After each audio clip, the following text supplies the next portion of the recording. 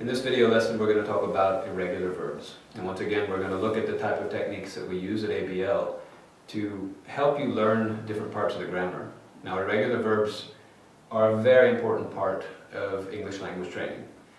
When you're a pre-intermediate level language learner, at that moment, you're needing to master the irregular verb list.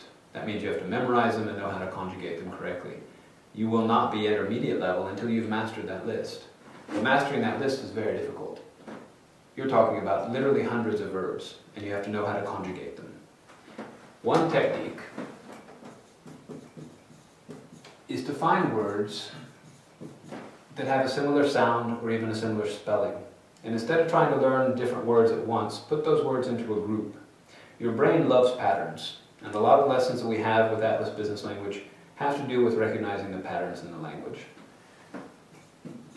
These three verbs, speak, break, and freeze, conjugate almost exactly the same, and they sound the same when you conjugate them.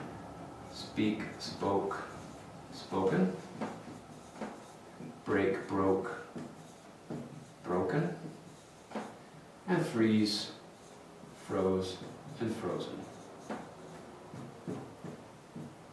The technique is to put these words together on a card and learn them as a group. The sound is very interesting to the brain. You can say them all together. Speak, spoke, spoken, break, broke, broken, freeze, froze, frozen. Your brain likes that. It's very interesting and it's easier to remember.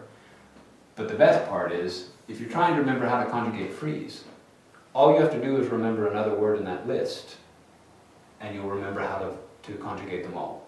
If you can conjugate one, you can conjugate them all. And this is a lot easier way to memorize your irregular verbs than just taking each verb one at a time.